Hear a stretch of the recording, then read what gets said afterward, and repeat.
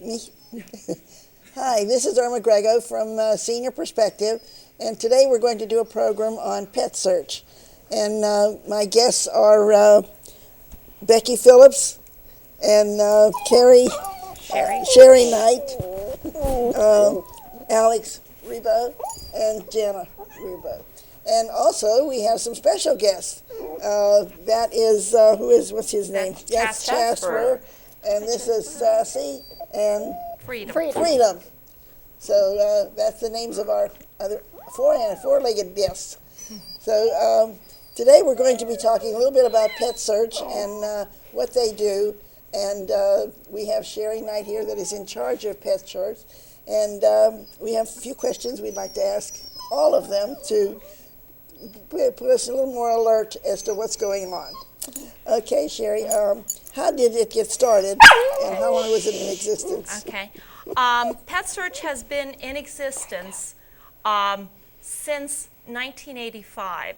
We started out as a group called People for Animal Welfare, and then in 1995 we changed the name to Pet Search.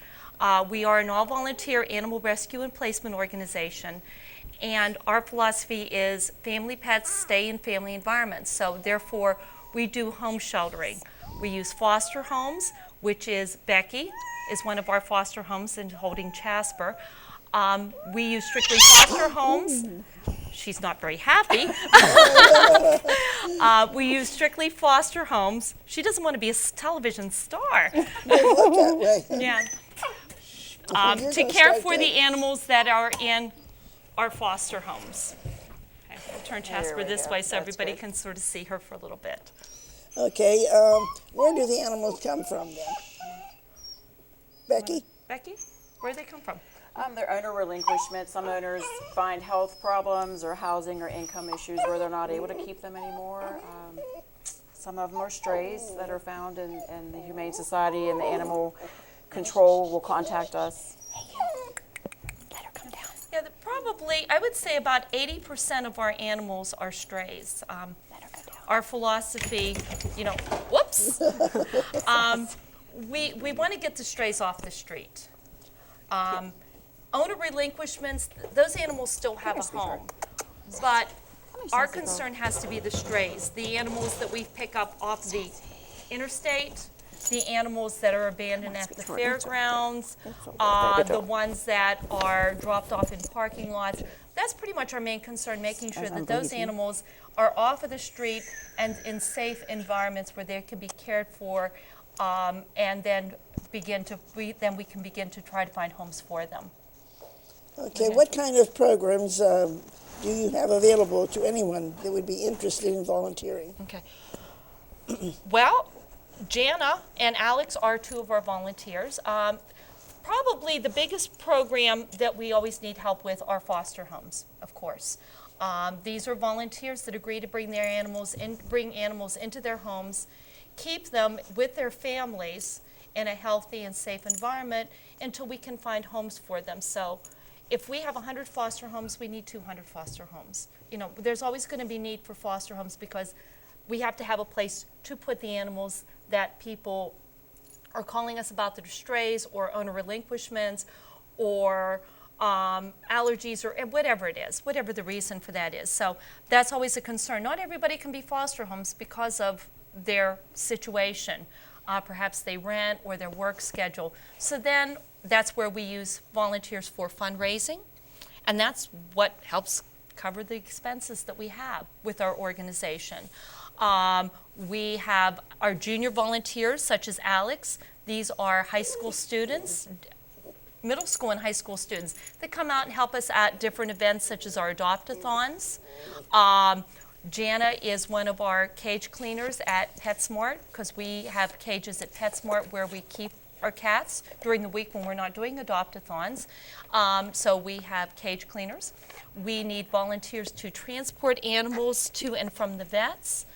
We have volunteers that will help out with follow-up conversations with our parents, check references for people that are interested in adopting from us. There's lots of different things that they can do. Crafts, at our fundraising events, we have volunteers that make crafts for us. Yeah, that we can find a use for anybody that is an animal lover. What is like a typical day for a rescue person with Pet Search, or did you just answer that? Okay, no, Becky, why don't you tell me about how you start out in the morning? I start out in the morning with feeding all of my foster cats and dogs. Of course, Sassy has to go outside for a little while. We do litter boxes, and we have multiple litter boxes depending on how many kittens and cats you have in foster at your home. We go for walks after work. Evenings are usually more playing and just petting, giving your foster love. They need to know that they are loved no matter whether they're in foster or You're going to get your face wet. yeah, or actually in a permanent home. Yeah, Weekends usually involve going to adopt-a-thons, bringing your foster pets out, spending the day wherever our adopt-a-thon is, talking to people, socializing, getting the pets socialized with different people. How many do you have right now? Right now in foster, I have 11 fosters. That's probably the smallest number I've had, and they are all cats. I have one female cat that's due to have kittens any day. So we're expecting a new litter to add to our numbers. Well, that keeps you pretty busy then. Yes, it does. It does, but I enjoy doing it. I love it. I have a lot of my own pets. I have a farm, and my heart is in taking care of animals, providing care and love to them. So. Okay, Sherry, I think you probably did explain your adoption policy. Would you mind going over Yeah. that again, please? If someone is interested in adopting a pet from Pet Search, the first thing that we like to do is get a little bit of information about them. We know all about the pets, and we can tell them all about the pets, but we want to know about them. So we do have an adoption application that we ask people to fill out. Simply giving us, background information about themselves, what pets they have, what veterinarians they use, what their philosophy is on caring for pets. Once we have the application in hand, then the first thing that we like to do is check the references, especially the veterinarian references if they do have pets. If they rent, then of course we need to contact landlords. And then we'll schedule a phone call conversation where we can get talk with them. And then if everything checks out, then they are now proud parents. Oh. And they are taking the pet home with them. Where do they get all this information from? I mean, how do they get this information? Oh, well, there's a variety of different sources. We have, because of the 4 cages that we have at PetSmart, we do have applications at PetSmart where people can fill out for cats. We actually have 2 websites. We have our own website, which is petsearchpa.org, and we also are on Pet Finder. So those animals that are available for adoption are on those 2 websites. And people can also download an application from our own website if they do see an animal that is on the website that they like, or they've seen one at one of the adopt-a-thons that didn't make it on the website yet. So they can always get an application from us. Is the same procedure used to start a foster home? Yeah. Or is that something a little different? Well, actually, I guess with the foster homes, when people contact us, we have 2 different types of foster homes. We have temporary foster homes. These are people that find animals or have animals that need to place that we possibly don't have room at the time, or because of the pet's personality and temperament, it can't go into a foster home. So they become a temporary foster home, and they keep the animal until we can match up the right home. The other ones are our regular foster homes, and I probably have been to every foster home that we have in their house more times than not. Just to visit with the animals, talk to them, help them out with paperwork and those sorts of things. So if someone is interested, yes, we'd like to get a little bit of information about them, and yes, we usually do a visitation to their home. Mm-hmm. Okay, now you had mentioned something about a junior membership. How does that work? Or did you tell us about that already? For your junior membership? The junior members are ages pretty much, we've had junior members as young as 8 or 9 years old, and it goes to 18. These are high school students, middle school students that love animals. and they have an interest in animals because, quite honestly, they're the future for the animals. You know, Becky, Jana, and I are only going to be able to do this for so long. Alex is going to carry on his mother's legacy of animal love and hopefully continue with doing rescue work. I mean, that's always our key, that's what we would like. For many of the high schools, I know Trinity one being, that's where I teach, and I'm sure Peters Township, Chartiers, Houston, Canamac, all of those, they do have community service requirements, volunteer things that need to be done simply for graduation. And that's where we do get a lot of our junior members is because, you know, National Honor Society, Key Club, graduation requirements, the kids have to have X amount of hours of community service. So you get animal lovers, and then they pair up with us. And they come out and they help at the adopt-a-thons, and they'll walk dogs and play with the cats and, you know, run forms back and forth for us, help fill care packages for the animals to be adopted. Mm-hmm. Well, do any of them, ever think of being vets or anything like that? Yes, yes. Really? We had one young lady that volunteered with us for 2 years from Peters Township, and she is now going into veterinary medicine, yes. Oh, yes. So yeah, that's a good way to start. Yeah, right. And you know, that's always a kid's dream. You know, I want to be a vet, I want to be a nurse, I want to be a doctor. So when they do follow through with that dream, that's what's very cool. Okay. Now, the important part is to run the organization is where does your funding come from? Good question. Go ahead. Becky? A lot of the funding comes from donations. Take her out, see if she'll be fine now. When we do an adopt-a-thon, we always accept donations. We do a lot of fundraisers during the summer, going to different festivals and areas close in the town, and basically we have crafts and stuff that we sell. We have homemade pet or dog biscuits, cat biscuits, that kind of thing. We have a lot of resale that we do. The money from the adopt-a-thon, the adoption of a pet, does not really fund our organization. That covers the cost of spay or neutering a pet before it leaves, getting in their vet check, their shots, their microchipped. So the cost of an adoption really does not go into fundraising. Mm-hmm. You put microchips? Yes. Oh, yes. We microchip every animal before it leaves. Oh. Does that hurt them? A little pinch. It might be a pinch for a second, but that's it. It's important. Yes. It's important to make sure that the animals are returned to the organization or to their new parents. Oh, okay. Where does your funding come from? Commercial. Oh, okay.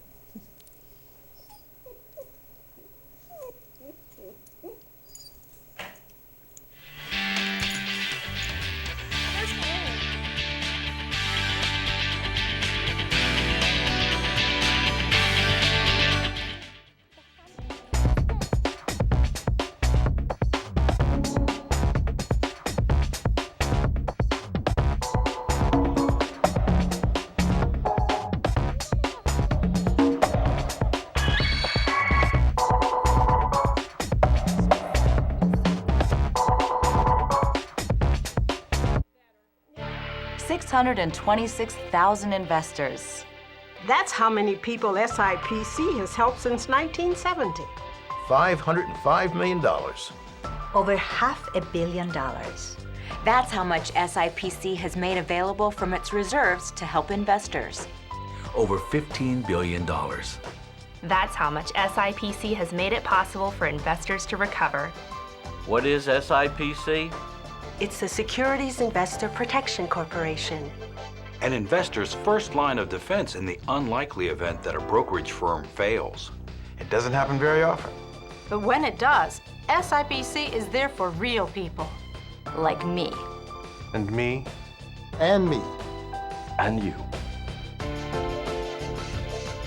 Take the time to learn more about SIPC at www.sipc.org.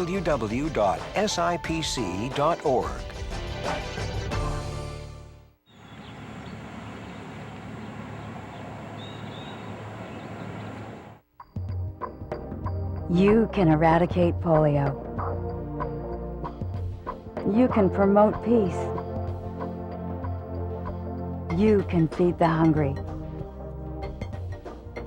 You can help children do better in school. Because you can get involved with Rotary. Because Rotary believes that by working together, you can do anything. Learn more at Rotary.org.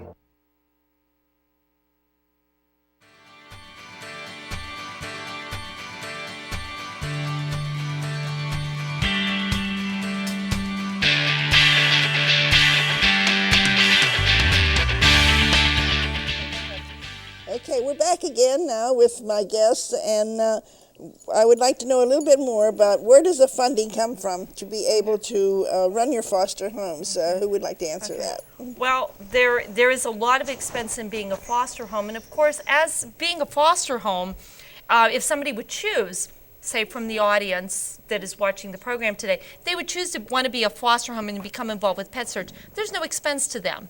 Pet Search covers everything. We provide all the medical attention, the veterinarian care, food, litter, toys, collars, leashes, everything that a foster home might need for the animal. And a pet. Yes, and a pet, of course. So there's no expense to being a foster home. They just provide the love and the safe environment while the animal is in their care, while we're trying to match up.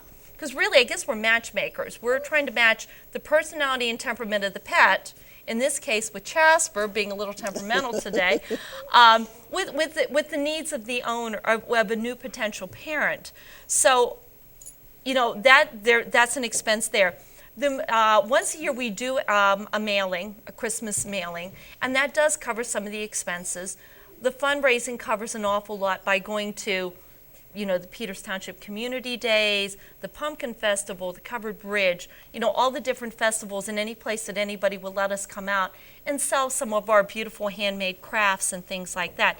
That covers a lot too. When people relinquish pets to us, we do ask if they would consider making a donation to Pet Search. It's not mandatory because we know some people with today's economy have to reconsider, but if they can make a donation to Pet Search, that certainly helps. And we ask, when we do place an animal, it's a $65 adoption fee, or adoption donation, really, because it certainly isn't much of a a cost. There's a lot more involved with placing the animal than just $65. So, yes. And that's what they give.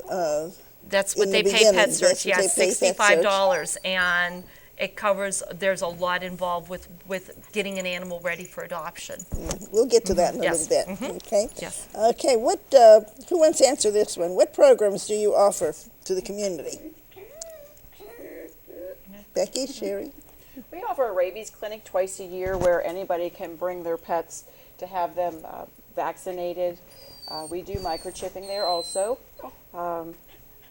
We have a very good program called the SNAP program. It's a spay or neuter assistance program, and actually for a very nominal fee, you can have your pet spayed or neutered. This is the certificate you take, and it's one of our vets. We have numerous vets in this program. You take your pet to. One of the only requirements is that they are up to date on their vaccines, and it's a very low cost procedure to get your pet spayed or neutered. It makes them a much better pet, a much healthier and happier pet. How do you know when the program would be? I mean, do you advertise it or something? Yeah, anybody can. Well, people can get. There's. It's called an application, although everybody qualifies. We don't care how much money that you make. Our concern is making sure that the animals are being spayed and neutered, of course. We have 7 veterinarians that are participating in the program. For SNAP, you can download an application from our website, which is, once again, petsearchpa.org. You can pick up applications at PetSmart or Petco, or simply contact us. Now, this weekend, we're going to be doing, a SNAP event. Thank you, SNAP event. Prevent a kitty litter event. Mm-hmm. A what? Prevent a kitty litter. Prevent a kitty litter. Yes. You want to explain that, please? In order to prevent so many litters of kittens being born, We are having a Prevent a Kitty Litter event this weekend at Tractor Supply on Saturday.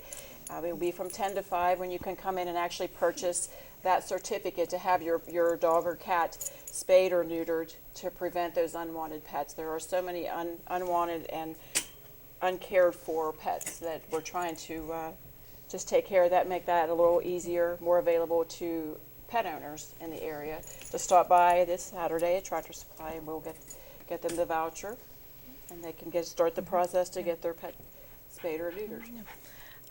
The program's been in existence about 2 years now, and it blows me away as to the number of applications or the number of form vouchers that we are sending out weekly, because veterinary care is expensive. So this way we can help people keep their pets, prevent more unwanted pets from being born at a discounted price. So, I mean, that's the key. So, it helps everybody out, in our opinion. The other program that we have is what's called TNR. It's Trap, Neuter, Release. This is our feral cat program where animals, where if people have feral cats, and of course, some people call them a nuisance, but there's a reason for them. They mouse and things like that. But they are also overpopulating, that we have traps. We will assist people in trapping the cats, getting them spayed or neutered, and then releasing them back out where they've come from, because these cats, some of these cats have been born in these areas, and they're so used, it's better not to try to remove them from that environment, so we leave them in that area. Okay. We also have a Blessing of the Animals, and that's always the first Sunday in October in conjunction with St. Francis of Assisi's feast day, and we have that at the Washington Park Stone Pavilion. Well, we have it at St. Benedict also. It's in the parking lot, and everybody brings all kind of pets. Oh yeah, it's a beautiful event. Yes. Yeah. Okay, you did say about the cost for the adoption. Yeah. Was what, $65? It's $65. And do you want me to explain what's included in yes, that? Yes, please. Our adoption fee is $65, and for anybody that is a pet owner, when I explain what all is included, people usually go, how can you afford it? That's why we have the fundraisers. What is included in the $65, excuse me? Yes, she's not happy today. She doesn't want to be a television star. What is included in the $65 is an animal, dog, cat, puppy, or kitten that has been to the vets. They have been vet checked. They are healthy. They have all shots that are appropriate for their age. So an 8-week-old kitten will have its first set of kitten shots. A 12-week-old kitten will have a rabies shot. So it's shots that are appropriate for their age. They are flea treated. They are wormed. They are microchipped. And that $65 is also inclusive of the Avid microchip registration, which many shelters tell people there's an additional fee for that. We cover that. They're also spayed and neutered. Sometimes we have young ones that are too small to spay and neuter before they're placed, but we do include a voucher, and that does cover the spay or the neuter. We pay for that also. Also, with every adoption goes a care package, which has a bag of Science Diet pet food, collars, leashes for puppies, toys, treats, helps make the transition from our foster home to the new parents' home a little bit easier, because these are toys that the animal has already, that they've played with, the type of food that they've been eating. So it makes it a little bit easier for everybody involved, we feel. Mm-hmm. So then that was told you how do you do it for such a low price? That's the other good question. And that's just it. I mean, because it takes us usually $110 to almost $200 to get an animal ready for adoption. By the time that we put in the vet care and and everything else, so the fundraising covers a lot of that. Our Christmas donations help cover the generosity of people. We've got people that have adopted from us, and they still consider to be, continue to be generous with us, throughout the year. The processing fee, that's what we call it for somebody that does relinquish an animal to us. If they give us a donation, that all sort of gets pulled together, and that helps cover the cost. And we are very fortunate that we can still keep the costs low and still provide quality care for the animals that are looking for placement. And when people adopt from PetSearch, especially when they've adopted sometimes 2 or 3 or 4 animals from us, and we have repeated adopters come back. That many? Yeah. They know that they're getting an animal that is healthy, that has been cared for, that has been well socialized because it's in a foster home. It's not living in a cage. It's sleeping on somebody's bed. It's playing in somebody's yard. It's not in a kennel. And I think that's what makes our program very, very special, because 25 years and we're still able to run our program the way that we do. And I don't think that any of us here would want it, or any of our other volunteers would want it any other way, because we know that the program works. And it works real well because we have animals that, like Jasper. If she was in a cage all the time, she would not do well. People would look at her, they wouldn't like her. Right, okay? Right. Go ahead. Okay. Alex, you're sitting here not doing anything. How about you tell me something about how you feel about PetSearch? It's all right. I like it. It's fun. What do you usually do? Well, there's this one dog I really like, Karma. She is, how would you describe her? Karma? Karma's a bouncy. She's a Brittany Spaniel mix that actually was abandoned at our house. Somebody put her in an outside kennel at our house. And she's very high-spirited. She's about 1.5 years, and being a sporting breed, yeah, she's got a lot of energy. So her and Alex have really bonded. Yeah. You take her for walks and stuff like that? Yeah. Is that what you do? Yeah, keep her quiet. She likes attention. She likes attention. She loves being with people. Yeah. So, and how do you like cleaning cages? I like it. It doesn't bother me. I love it. You get to spend time with the kittens. Where do you clean the cages? At PetSmart. At PetSmart. How many cages do you have there? 4. 4. 4 cages. And do you have just one animal in each cage, or is there Sometimes, multiple kittens? if we have little kittens, we can put 2 in a cage. And we've got the one cage at the bottom we can open up as a big cage, and we can put 3 or 4 there. So they probably don't stay too long there. No, they though. don't. They don't. So, well, we got our kitten from there. Yes, great. So she's doing very well. So now, if someone would like to donate money in that, or do you accept what? Yeah, we accept monetary donations, of course. We accept, we accept any kind of toys, crates, any kind of things like that. You can contact us by calling us at 724-228-7335, which is the PetSearch number. You can leave a message. That's how you can get involved. That's how you can make donations. That's how you can, talk to us about making leaving us in your will. Just call us, because we love animal lovers. We love to talk to you. Okay, now, do you I think we're wrapping it up here. Yeah. Do you, finally, do you put out a newsletter for the information? Yes, we do have a newsletter that goes out quarterly.